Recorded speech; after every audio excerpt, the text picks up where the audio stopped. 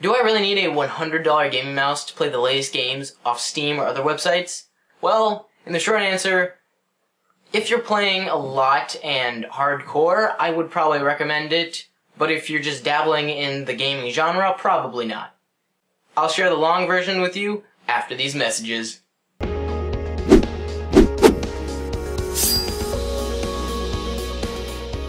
Some things that I'll be covering don't just apply to gaming people. They can also apply to people who do work or need precision in their mouse movements.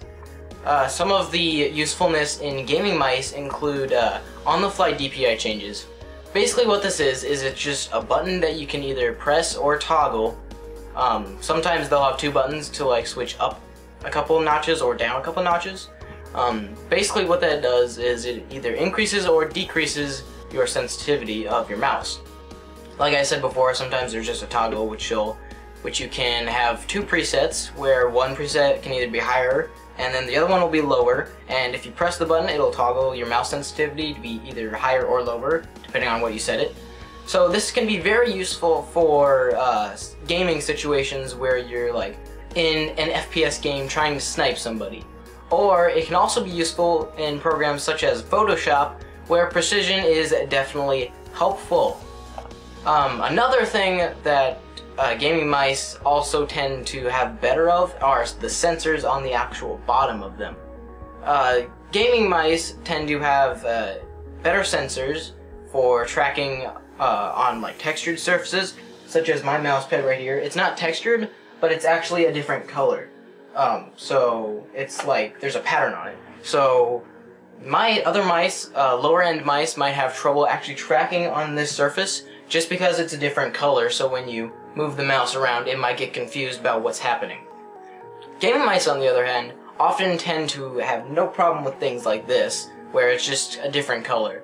That's why I use it. It's also ridiculously oversized. Another thing that can be helpful in other programs rather than just video games is having multiple buttons on the mouse. Now, my mouse, if you take a look at it, actually has the whole number pad emulation on the side of it. You can actually switch between the top key rows or just the number pad. I currently have it set to the top key rows.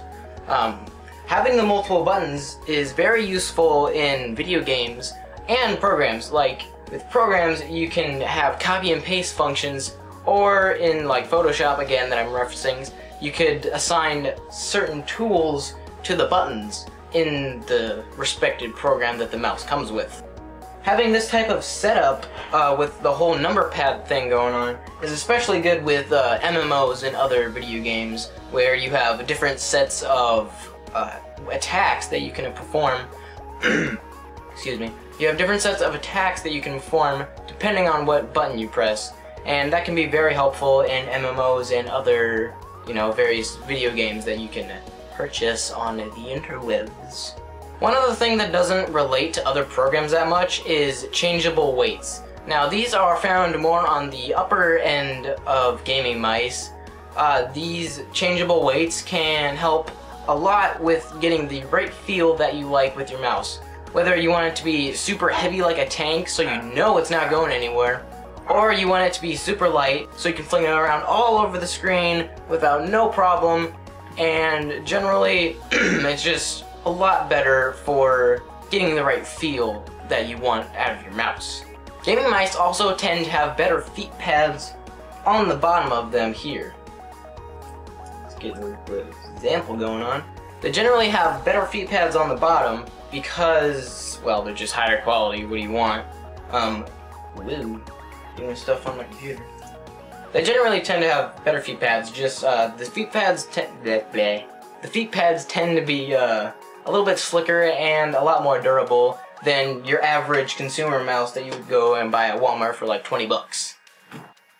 Gaming mice also tend to be more comfortable than regular mice. In my case, I actually have a removable, see if I can get it. The side actually comes off, and the mouse did come with 3 interchangeable side panels, so you can customize it to whatever style you want. Whether you have bigger hands or you just want a different play style, you can totally do that with this mouse.